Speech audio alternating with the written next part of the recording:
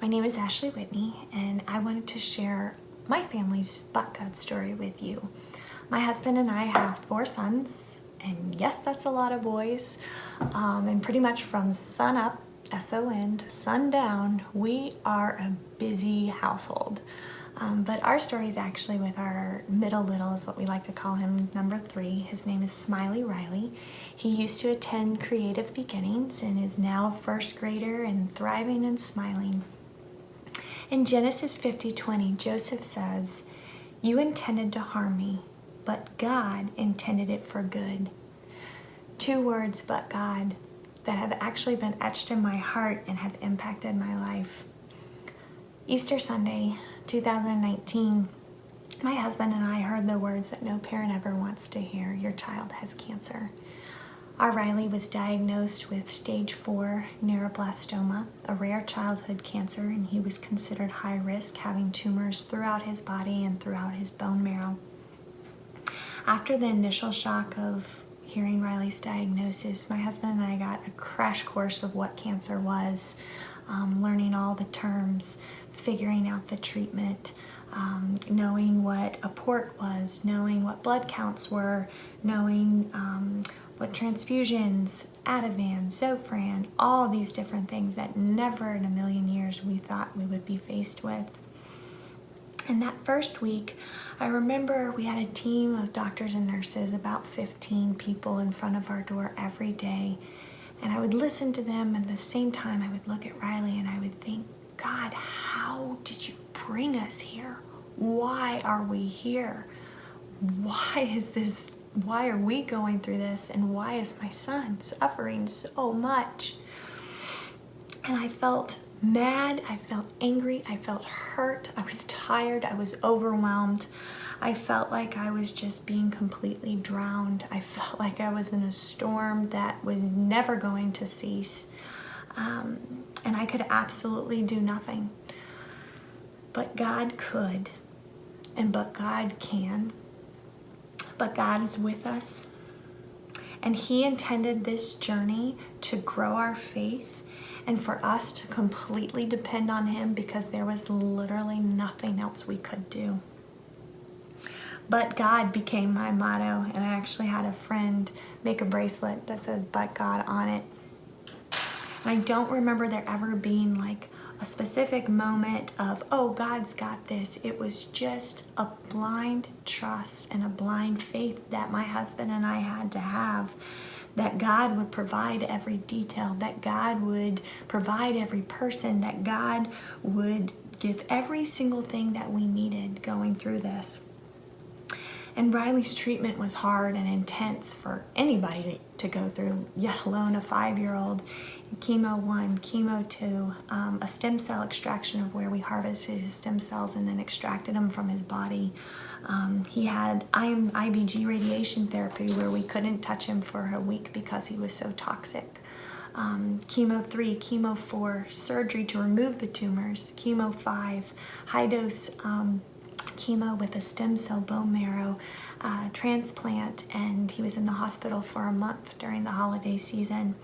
20 rounds of proton radiation therapy, 5 rounds of immunotherapy, countless blood transfusions, platelet transfusions, allergic reactions to chemos, extra hospital stays because he was neutropenic and his white blood cell count was 0.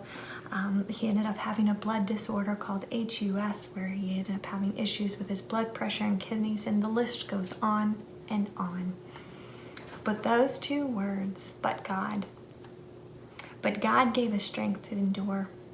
And God helped us press on, and He led us, even through the shadow of the valley of death, He led us through it. 2 Corinthians 4:8-9 says this: "Though we are pressed on every side by troubles, we are not crushed or broken. Though perplexed, we don't give up or quit. Though we are knocked down, we get up again and keep going. God never abandons." So how did we trudge through this trial and through this suffering? But God showed me. And how He did it is He pointed me back to the cross. Riley's diagnosis was on Easter Sunday. That didn't happen for just any reason. It was for God to teach me and for God to show me his faithfulness in our story. He showed me that his son suffered like no son should. He showed me that his child was scorned like no child should be. He told me, Ashley, I feel your pain. I've seen my son suffer. I know you're suffering. I watched my son die on that cross for your sins, Ashley, and for Riley's sins. But what happened, Ashley, on Easter Sunday? God showed me so clearly. God sent Jesus, who was victorious over the cross and over death, and gave us life. Look for my joy, Ashley. Find it in the but God moments. But God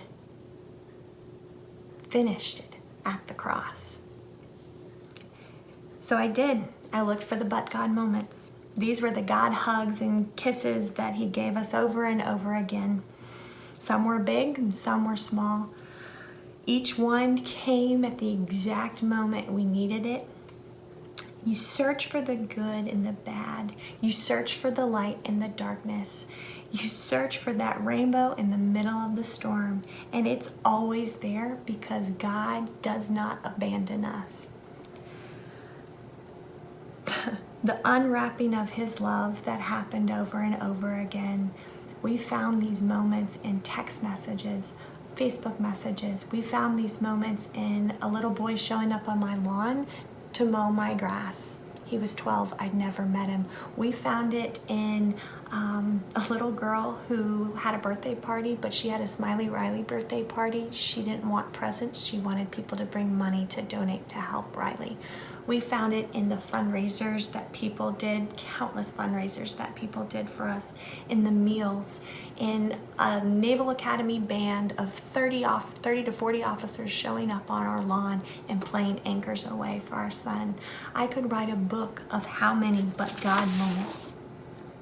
1 Peter 1, 6-7 says this, "In all this you greatly rejoice, though now for a little while you may have had to suffer grief in all kinds of trials.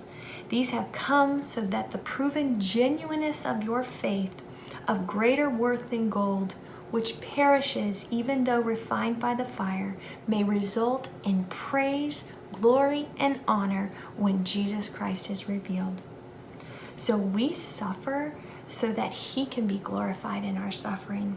We are refined like gold so we may honor him through our trials. We smile through it all because the genuineness of our faith is revealed and our hope is placed in eternity. So just remember, when life is hard, and trust me it is, but God is beside us.